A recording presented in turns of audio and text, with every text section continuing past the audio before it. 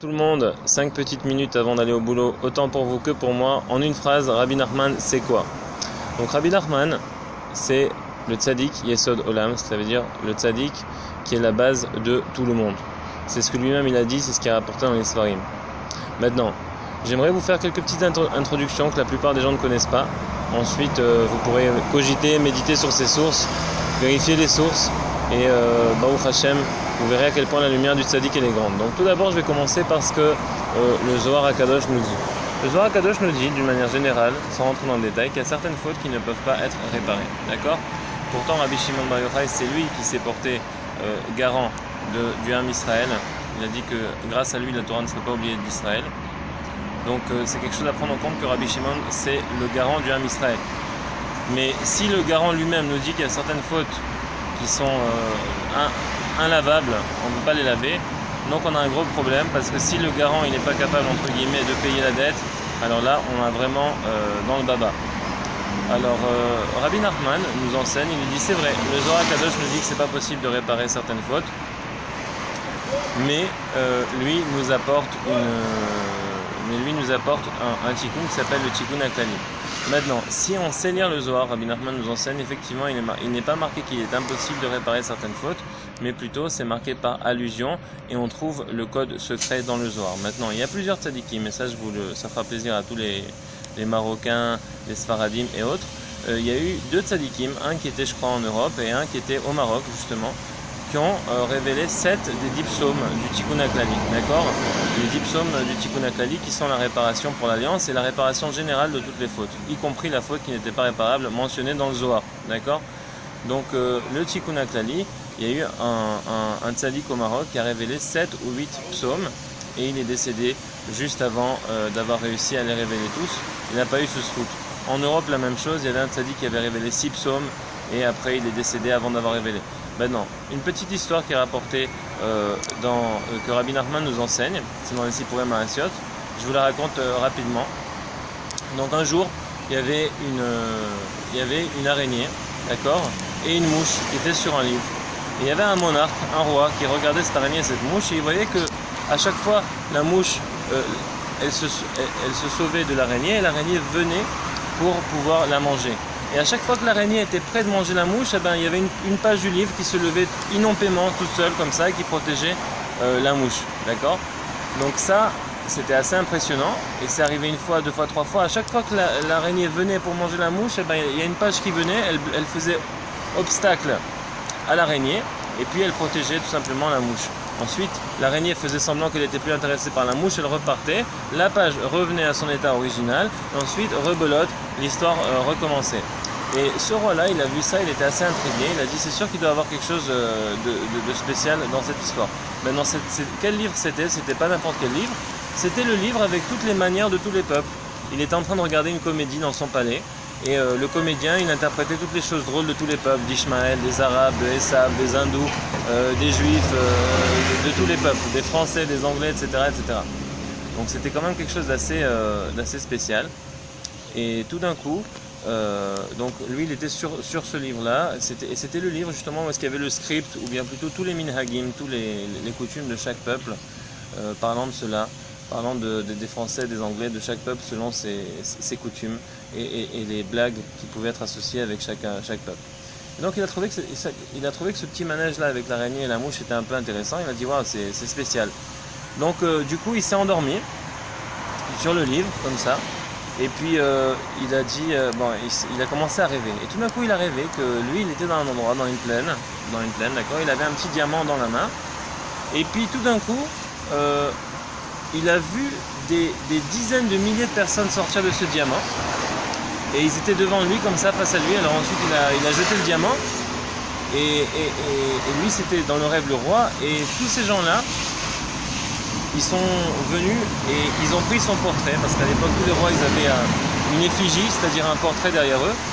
Alors ils ont pris son portrait, ils ont commencé à couper la tête du portrait et après ils ont commencé à courir et à se ruer vers lui pour pouvoir le tuer. Et lui il s'enfuyait, il criait « Atsilou, aidez-moi, aidez-moi » et tout d'un coup il a vu une page qui s'est levée et qui l'a protégé à lui-même, à ce roi. Et ensuite les gens faisaient semblant de partir comme s'ils ne voulaient plus l'attaquer, et dès que la page s'était remise à sa place, alors là les gens ils recommençaient à courir vers lui pour le tuer, il avait extrêmement peur. Et il criait tellement fort que tout d'un coup une montagne, et le manège donc s'est passé plusieurs fois comme avec l'araignée et la mouche, vous avez compris, et tout d'un coup, il y a une montagne qui était juste à côté de lui qui a dit ouais qu'est-ce que c'est que ça, tous ces cris et tout, je comprends pas, ça fait des milliers d'années que je dors et personne n'a réussi à me réveiller, et toi avec tes cris d'hurluberlu, tu m'as réveillé. Elle a dit c'est un truc de ouf, c'est quoi cette montagne qui parle et tout ça, j'hallucine ou quoi? Et la montagne, donc elle a commencé à lui dire écoute, pourquoi tu cries autant? Elle a dit parce qu'il y a des gens, tu vois bien, il y a des gens ici qui ont coupé mon portrait, ils veulent me tuer, ils veulent me déchiqueter, etc. Elle dit écoute, ok, comment ça se fait qu'ils n'ont pas encore réussi à te tuer? Il dit écoute, à chaque fois qu'ils viennent près de moi, il y a une page qui se lève et qui me protège. La montagne elle a dit si c'est cette même page qui te protège, alors tu n'as rien à craindre.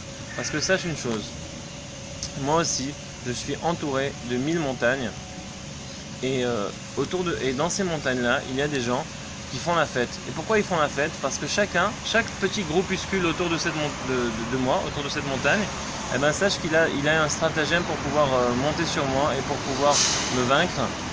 Et c'est pour ça qu'ils font la fête, parce qu'ils sont sûrs d'avoir trouvé la bonne formule pour pouvoir venir me vaincre. Et à chaque fois qu'ils viennent pour essayer de me vaincre, il y a cette page-là qui me protège et ils n'arrivent pas à me faire du mal, et voilà que le manège se répète depuis déjà des milliers d'années. Alors il a dit c'est intéressant, la vérité, j'aimerais bien avoir le secret de cette page. Quelle est cette page exactement? Et donc il était très très content, il a à peine entrevu la page, mais il n'a pas réussi à voir la page exactement. Donc tout d'un coup il s'est réveillé sur son livre, et puis les ministres avaient essayé de le réveiller et tout en tapant à côté de sa table parce qu'ils n'avaient pas le droit de le réveiller directement. Et il a dit quel rêve étrange j'ai fait, un truc de ouf. Et finalement, au début de l'histoire, j'avais oublié de vous raconter que l'araignée, tout d'un coup la page elle s'est levée, elle a pris sa patte.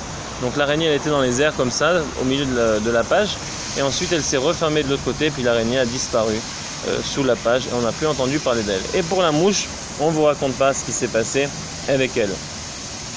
Maintenant, quand il s'est réveillé, le roi il a dit c'est un truc vraiment spécial, je comprends pas tout ce rêve, mais il doit avoir vraiment quelque chose d'intéressant. Et quand il a regardé le livre où est-ce qu'il était en train de dormir, et justement la page où est-ce qu'il y avait l'araignée et la mouche, il a dit c'est la page qui parle des minhagim d'Israël. Et donc il était très très impressionné par cela. Il a dit c'est la page qui parle des minhagim d'Israël. Alors il a compris qu'il y avait quelque chose de vrai dans le peuple juif, il a compris qu'il y avait quelque chose qui le protégeait, parce qu'il se souvenait en fait qu'il avait entrevu la page dans son rêve, mais il n'avait pas vu avec clarté, et il a vu aussi que dans le rêve c'était la page qui parlait d'Israël. Donc je vous fais un résumé pour qu'on termine avant les 10 minutes, ce petit exposé matinal. Donc il a dit il s'est converti au judaïsme et tout, il a dit c'est incroyable, le peuple juif me protège et tout, c'est mon héritage et tout, je comprends pas pourquoi, mais il s'est converti. Ensuite, il a dit quand même il faut que je comprenne c'est quoi ce rêve-là, parce que malgré tout j'ai toujours pas compris le pourquoi du comment, et il faut que je trouve. Donc il a dit je vais faire le tour du monde, je vais m'habiller comme un pèlerin, un mec normal, et je vais chercher dans le monde entier qu'est-ce qui se passe pour que je comprenne vraiment qu'est-ce que ça veut dire. Et puis il a parcouru pendant 6 mois, 7 mois, 8 mois, 1 an, je sais pas combien de temps, et très très longtemps en tout cas, et tout d'un coup il est arrivé chez un vieux sage qui était réputé pour trouver les interprétations rêves dans un pays lointain.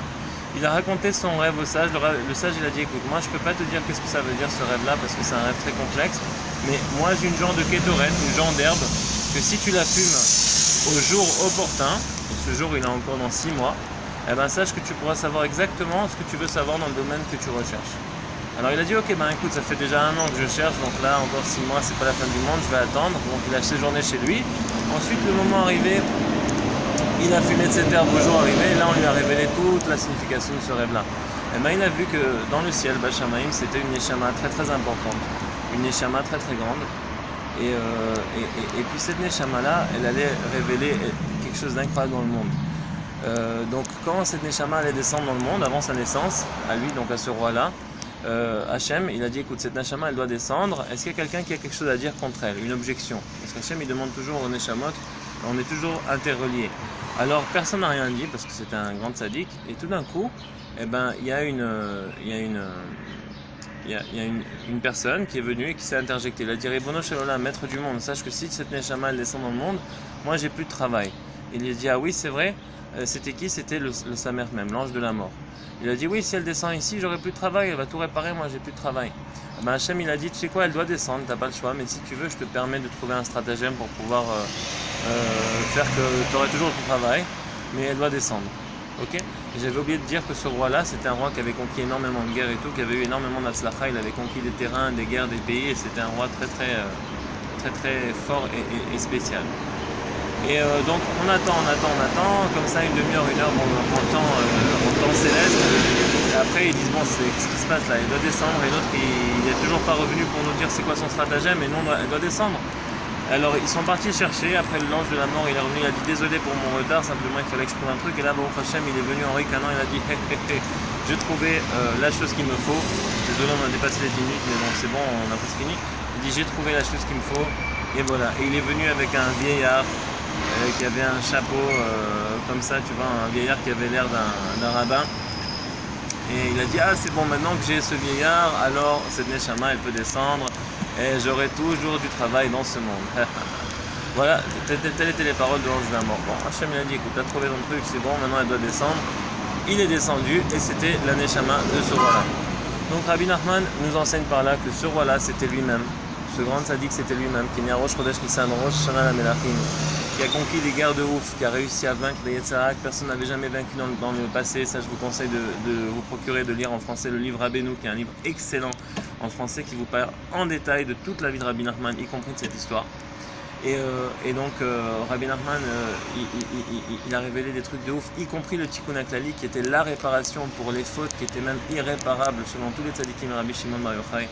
Et ben il l'a révélé, et c'est la raison pour laquelle l'ange de la mort il a dit wow, s'il a révélé la réparation pour le brit, pour l'alliance, pour toutes les fautes en général et pour les fautes sexuelles, alors moi j'ai plus rien à faire dans ce monde, parce que c'est avec ça que je fais tomber les gens, c'est avec ça que je fais tomber l'humanité, la société de consommation, toutes les fausses et les perversis, c'est avec ça. Mais il a trouvé son vieillard, et ça veut dire quoi?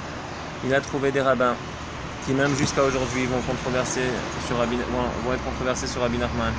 Ils vont dire écoutez, il y a plusieurs shittot, il y a Shivim Panim la Torah, il y a plusieurs personnes, il y a plusieurs manières de servir Hachem, il y a ce derrière là, il y a toutes sortes de drachim. Et à ce moment-là, ils vont dire Tikkun HaKlali, qu'est-ce que c'est? Tu as fait une faute, oublie-la et avance avec la simcha, et tout simplement c'est ça la réparation. Mais non. C'est pas véritable, puisque toute la Torah et toute la Kabbale et tous les tzadikim et toute la Gemara nous dit quand on a fait une avéra, il faut absolument la réparer. Quand on a un défaut, il faut absolument le corriger. Toujours dans la simcha, toujours dans l'optimisme. C'est le message de Rabbi Nachman certainement, mais on n'a pas le droit d'être irresponsable, il faut quand même la corriger. On ne peut pas la jeter derrière nous, puisqu'on a été créé à l'image de Dieu et on ne peut pas se permettre de casser, de ne pas réparer. Donc Rabbi Nachman nous a donné la réparation. Et cette réparation nous permet justement de servir Hachem et Simcha en ayant 10 psaumes qu'on peut lire à tout moment et pour réparer toutes nos fautes et les inverser en bien. Bien sûr à condition toujours et à chaque fois d'essayer de faire mieux, parce que c'est pas un passe-partout pour dire voilà je fais ce que je veux, ça c'est interdit, simplement pour essayer de faire le mieux qu'on peut. Et si on tombe, et ça nous répare, ça nous nettoie, mais toujours on essaye de faire mieux. Mais il y a des rabbins qui disent pas ça, qui disent écoute Rabbi Nachman c'est une facette parmi d'autres, tu n'es pas obligé de l'écouter, c'est pas important. Or c'est faux. Il est vrai qu'il y a différentes tribus, qu'il y a différentes manières de servir Hachem. C'est pas un secret, tout le monde le sait. Simplement, le message de Rabbi Nachman, c'est un message universel. C'est un patch. C'est comme tu as le logiciel Android, tu as le logiciel Apple, choisis le logiciel que tu veux, choisis le téléphone que tu veux. Tu peux choisir un Windows, un Apple, un Android, ce que tu veux, un Samsung. Mais il y a un programme qu'il faut qu'il soit téléchargé sur tous.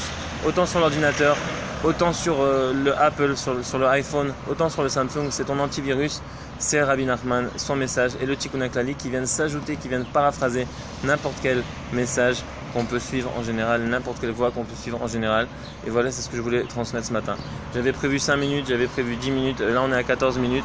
Je fais le plus vite que j'ai pu, mais en tout cas j'espère que ça vous a intéressé, que ça vous a apporté quelque chose d'important, parce que moi en tout cas je sais que ces paroles-là sont des paroles qui vraiment ont la force de changer quelqu'un si on les médite, si on les prend à cœur, et si on prend à cœur vraiment à partir d'aujourd'hui d'essayer de s'attacher à Rabbi Nachman le plus que possible, à ses messages, à ses enseignements qui sont universels et qui touchent à chaque juif, surtout dans cette génération qui a besoin de joie, de pureté, de sainteté et d'espoir.